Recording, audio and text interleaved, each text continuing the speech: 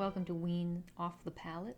I am, of course, your Ween. Today we're discussing Bridgerton, Season 1, Episode 3, The Art of the Swoon. I actually watched this episode yesterday, so it's also going to be a little bit of a memory challenge. So I'm going to try and draw something a little simpler this week. I'm going to draw a little bit of a close-up portrait of Daphne at the moment in this episode when she learns about the concept of masturbation. We'll be discussing that in a little bit. This episode opens at another fancy garden party, with lights in the trees, and it's beautiful, and the Duke and Daphne are dancing, but it's a dream. It's extraordinarily obvious that it's a dream, and there's nothing else to say about this. I looked up at the screen, I thought, is this a dream? It was a dream. That's what's happening. Daphne wakes up and she's like, what if I'm in love with Duke Hot? And she is. And now she has suitors interested in her again, but wouldn't you know it, she's sexually interested in Duke Hot, and she's not interested in them anymore. Her plan worked too well, and also the hotness of the Duke worked too well. I really like this brush. It's kind of scaly, and it's kind of freaky. In this story, it's leaves that are behind Daphne. I guess the blue of the background is a little bit dark. It's not really a daylight blue, but I'm at peace with that. This is a very free interpretation sort of experience. Oh, it's sort of hypnotic. I'm sort of fascinated and compelled by this background. We're going to put some Daphne right on the front of it, so we don't have time for our own swoon. Besides Daphne having problems with the fact that she's in love with the Duke and has realized it, and the Duke is in love with her and has realized it, but obviously it's not like they're going to mention it to each other anytime soon, so we're going to have to sit through another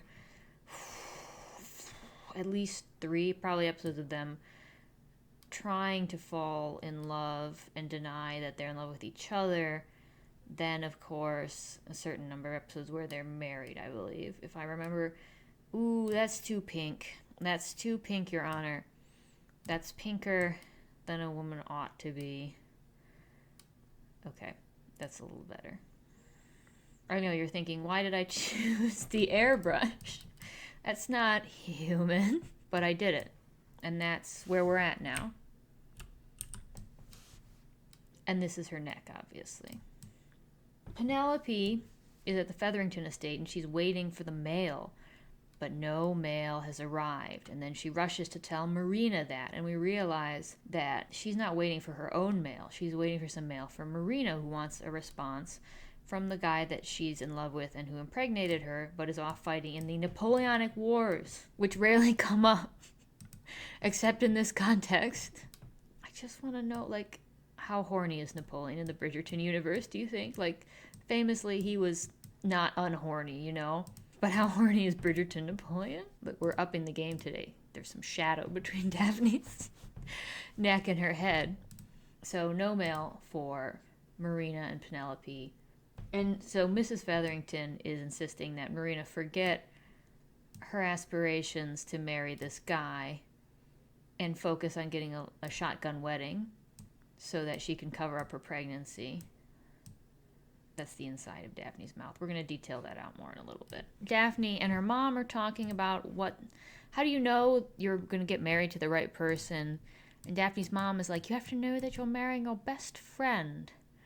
And it makes sense because I've always imagined that I would just marry one of my friends so we could have greater financial stability and share health insurance. Oh, this is a much better hair type brush. I don't know if Daphne parts in the middle. Then again, I don't know where my hair parts either. So it's one of the reasons I haven't been to the salon in a long time. At the ball, Duke Cotton has hammed up his jealousy to attract attention for Daphne, but of course, each of the fellows who comes to court her has something cartoonish and funny wrong with him, and there's nothing wrong with this sequence. It's classic.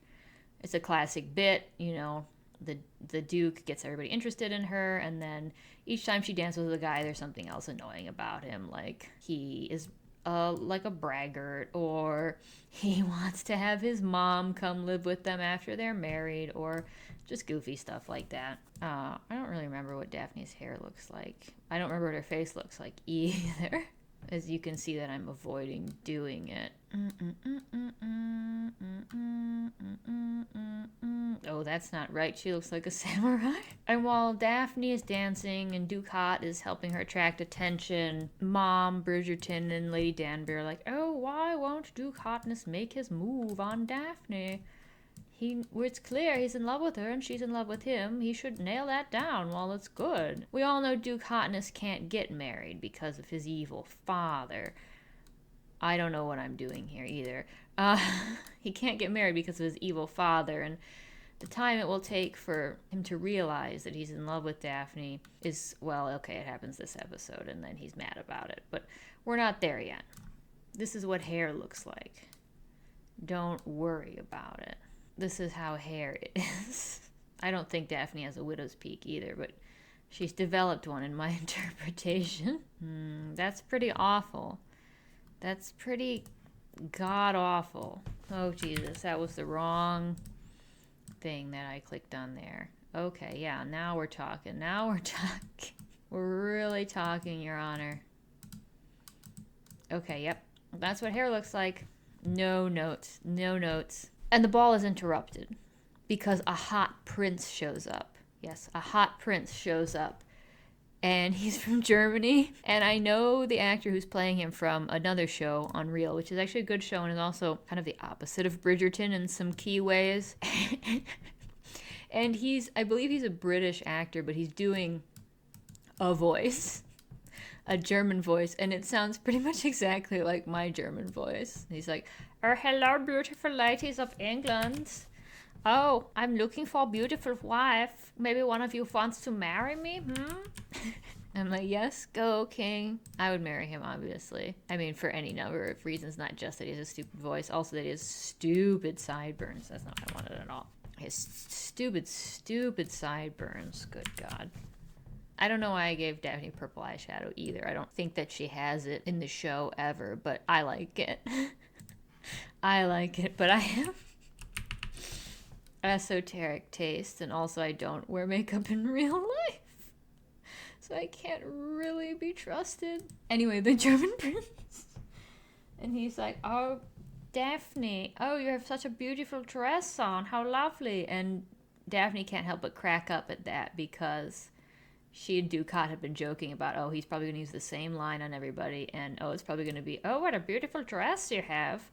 And that's fair. That's also pretty funny. And that was a charming little bit that made us think, oh, yeah, Ducat and Daphne, they like each other. They like dating. That's good. They could be good together, which is what we want to be feeling right now because we're supposed to think that they would be good together.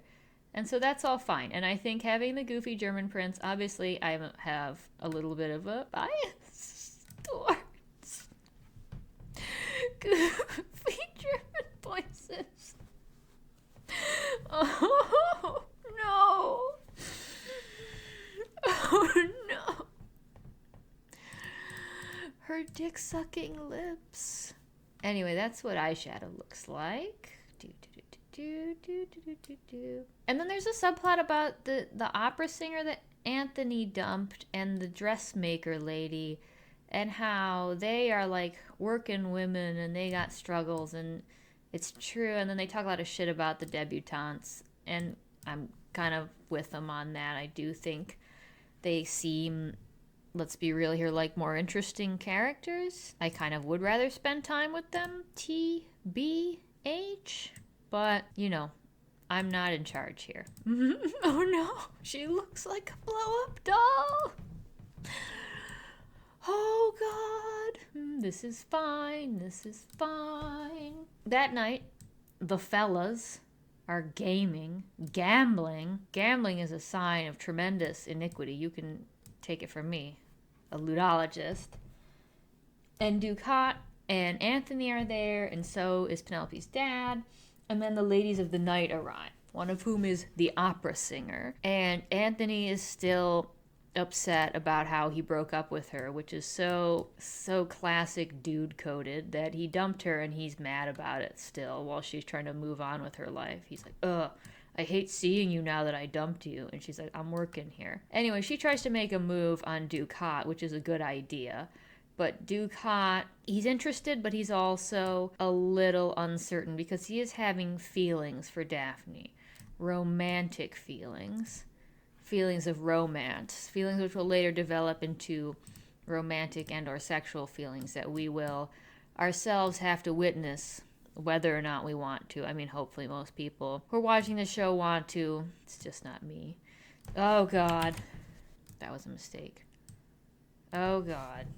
That might not be the right tool for this job. Sure, why not?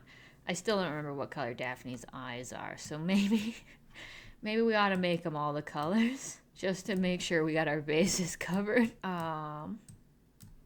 Yep, those are the colors that the human eye. And let's get our smudge brush on the case. Yeah. Yep. Honestly, it has a beautiful resonance with the background, I think. Yep. She's looking great. Team. Daphne can't sleep because she's horny. And so she wakes up in the night and tries to go get a snack. But Anthony catches her and he's like, "What are you doing?" And she's like, "I wanted a snack. I wanted some warm milk." And he's like, "Oh, okay, we can have some warm milk." But then when they get down to the kitchen, neither of those numbnuts knows how to turn on the stove. This is supposed to be funny, but it just made me hate them. It just made me hate them personally. Anyway, while they're down there, Daphne asks Anthony about what's the deal with Ducat and why doesn't he want to get married. This is a nice brush. This is a very pretty brush. And Anthony's like, "I can't tell you because it's too terrible for a lady to know." I did a little bit of German voice there. "It's too terrible for a lady to know, but it's just because his dad was really bad." And she's like, "Oh, that's so sad. He didn't have a family that loved him like us, the Bridgertons." And Anthony's like, "No, that's true. He didn't have a family that loved him." This is obviously not nearly as much cleavage as she's showing in the show, but I didn't feel like drawing any cleavage because I felt like things here had gotten bad enough. Lady Featherington decides she's going to reintroduce Marina to polite society at this new art gallery opening. And so everybody's going to be at the art show, including Marina. That's not the same color at all. Good Lord. Mistakes have been made by me.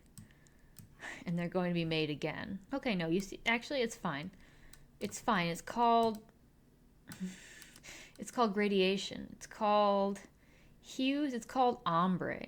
It's called ombre. At the art gallery opening, the hot German prince is there, and Eloise is there giving some hashtag feminism about women and painting and whatever, and stuff that is both so duh and also so smug and so goofy in this context that even I'm not that interested in it. I noticed at this party that even though this show is about crazy aesthetics and goofy looks, it is true that, like, you can always tell who's going to be a good person because they're dressed more simply and they don't have as crazy of accessories. It's like there's an interest in decadence and over-the-top aesthetics, but it's still always related to people who themselves are decadent or corrupt or at least a bit wacky, like the Queen. Daphne and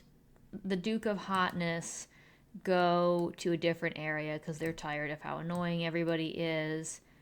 And they talk about the painting he donated, which was his mom's favorite painting. And Daphne understands what his mom liked about it, and that attracts him to her, not in a creepy way though, in like a totally legitimate way of he like sees that she has some traits that he admired or wondered about in the mother he never got to meet. And so that's all fine, but then they're drawn back into the main room because one of the other eligible bachelorinas feigns a swoon so that the hot prince has to catch her and she can fall into his arms and begin to seduce him.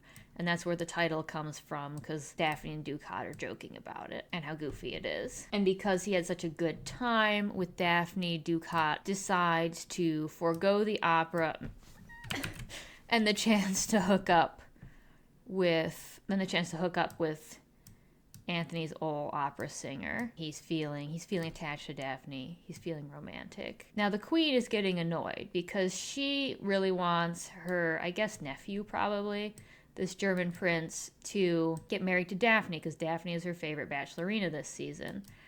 But Daphne is not interested in the prince because she's only interested in Duke hotness. And so the queen commands the prince to work harder to attract Daphne's attention. Then we're at the Bridgerton family home.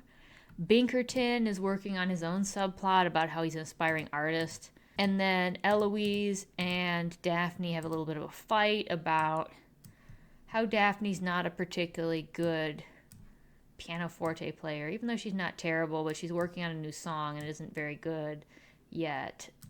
And it's getting the way of Eloise's reading. To their credit, they start to reconcile after they talk it out, and Eloise encourages Daphne a bit, which is nice. That was fine. Sibling dynamics. They don't really give Binkerton a chance to contribute, but he's also there and he's trying to be an artist too. Lady Featherington takes Marina out to like Cheapside, which is interesting because it reveals there are still poor people in the Bridgerton universe. The poor people don't have any meaningful like relation to the aristocracy. Certainly one and the other aren't continually interrelated to create the society they live in, because as we know, Bridgerton people don't live in a society, but poor people do exist in the Bridgerton universe. And Lady Featherington is like, Marina, if you don't get a husband before you show that you're pregnant, you are going to end up like these poor people. And Marina's like, I'm not worried. You're just being classist. These people are brave and they live good lives, and you are a you problem. And Lady Featherington's like, okay, but for real, do you want to be broke? Do you know if this guy is ever going to write back to you? One thing about men is they love to get you pregnant and then dump you, which is true. And that does plant a little seed of doubt in Marina's mind. Daphne and Duke Hot go out for a walk in the park, and they have a good talk at first, but then somehow, and I'm not going to lie to you, I wasn't paying attention. I was getting bored.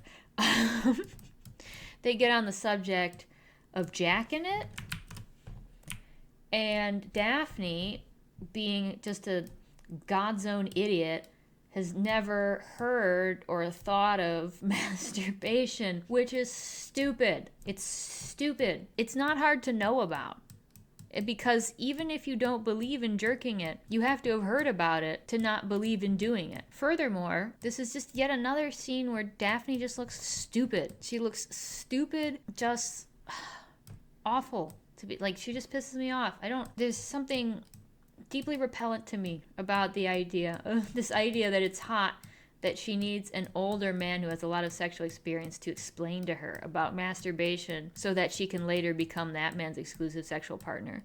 That's not a fantasy. That's not exciting. That's not liberating. Oh, I mean, I understand that lots of people's fantasies are actually rooted in forms of oppression, limitation. I just wish they would come up with more interesting ones, or, I don't know, ones that were more fun and less just dismal, depressing. Who fantasizes about somebody explaining to them how to have sex? Oh, I'm just going to keep putting dots on here till I think of what to do with Daphne next, because I'm worried I've finished her. And I don't want to leave it like this, Your Honor. I don't want to leave it like this. Yeah, I see it now. It all makes sense to me. You hang on a second while I think about what we're saying. Ducat explains to Daphne how to masturbate. And then she goes home and tries it. And she is nutting, which is fine. I don't care about whether or not she's nutting. That's obviously her business. I don't know what these lines mean, but I think they're bringing something to the image that wasn't there before. For example, lines. I think my work is getting more experimental with each episode we do. Meanwhile, Binkerton and Eloise are meeting in the garden to smoke down again. And Eloise has a #feminism story about how she wants to be a writer, and Binkerton shouldn't give up on wanting to be an artist because he's a man, so he has everything handed to him anyway, while she has to struggle for it. So the least he could do is make an effort to pursue his own dreams. And then they get on the subject of Lady Whistledown for some reason, and Binkerton becomes suspicious that Eloise might be Lady Whistledown, which I guess could be true. It also seems kind of obvious. So I'm thinking it's not going to be Eloise, but it's a good, red herring. And it fits in with Eloise's aspiration to become a writer, I think. Okay, this is actually not bad. I mean, for a given value of not bad. But I think it's adding some texture that the piece needed, that I often find I'm missing in digital art. Post Jerkin It, Daphne goes to meet up with Ducat, and she's like, hey, Ducat, we're friends, and I had an awesome time, and this was great news that you gave me about Jerkin It. And he's like, Daphne, I'm so ashamed of myself for telling you about Jerkin It. I've spoilt you because I am an inveterate rake, and so we can't be friends anymore, and I think I'm going to leave England. Which, honestly, it is obviously just for the drama, but I'm okay with it as the next, stumbling block in their relationship, because at least it does kind of feel like it's not out of character for him. It's kind of fits in more with Regency beliefs, I think. Although I would also like to say they're freaked out by sex and masturbation and stuff, but when are they going to church then? Where's the church? Who's telling them it's not okay to masturbate? I'm for real here. Who's telling them it's not okay to masturbate? Why do they believe this? Are they part of the Church of England?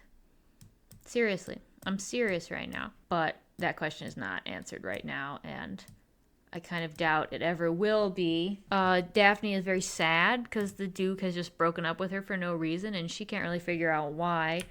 I mean, he says it's because he's an inveterate rake and he's corrupted her, but, it's just very sudden, and right after they made such a stride in their relationship. I don't like that.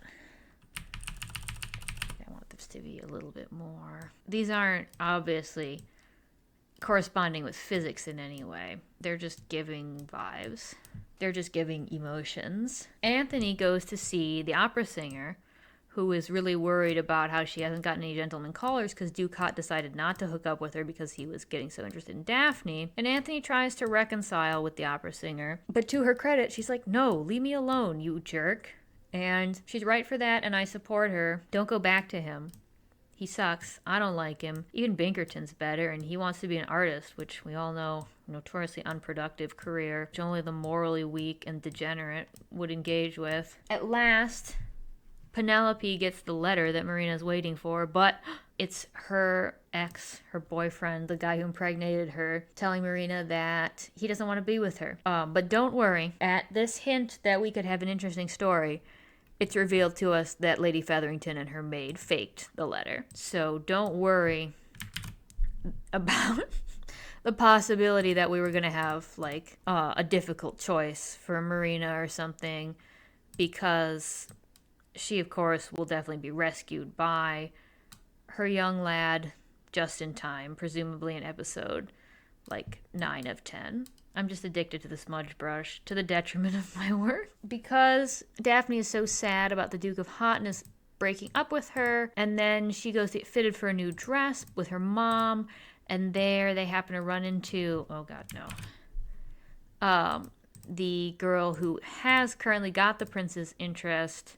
Daphne's inspired to try and get the prince's interest by seeing this obviously unworthy girl who isn't even hot, even though she's on TV, so she's 1,000 times more attractive than anyone you've ever met in real life. Daphne's inspired to go after the prince at the next party. And Lady Bridgerton is putting the screws to Anthony about finding a wife as well. So they go to yet another ball, and for some reason Ducat is there again, even though he was like, I'm leaving England immediately because I'm too upset about Daphne and whether we're in love or not. But he's there just so that Daphne can come beautifully down the stairs in a beautiful outfit, looking so hot and exceptional and beautiful, like the most beautiful girl in the world. And then the prince can make a move on her, and she can drop her fan and make the prince pick it up.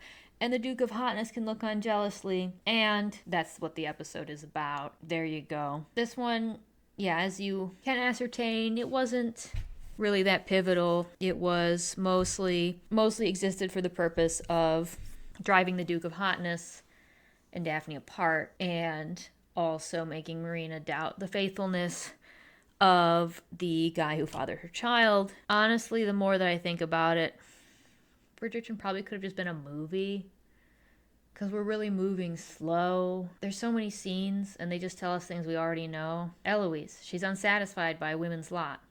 Bridgerton, he also wants something out of life. Daphne, she's in love with the hot Duke, but she's not sure if he reciprocates. The hot Duke, he's in love with Daphne, but he doesn't want to get married. Marina, she needs to get married or have her boyfriend come back, or else she's in big trouble because pregnancy before marriage is a bad thing for reasons that don't have to do with the non-existent religion of these fake people or their non-existent culture or their non-existent society, but they are having a Napoleonic War. They're having a Napoleonic War. There you have it, team. I think that I have outdone myself today. Actually, of all the drawings so far, this is my favorite because it's so profoundly challenging. It's so unpleasant to look at. It's so unsettling, and yet I think it captures the exact moment that I wanted to, the emotion that was shown in the show, which was adult woman hears about the idea of masturbation for the first time and is scandalized by it because she has some kind of moral frame to know that it is inappropriate, yet she has never thought of it herself, despite knowing that it would be inappropriate. Thus, we bridge. Maybe next episode something will happen. At least the German prince will be there. Like, oh, Daphne, oh, you're very beautiful and we could be married now that the Duke of Hotness has thrown you over. I apologize. However, I just can't resist a really dumb voice. As always, this has been your Ween. Godspeed.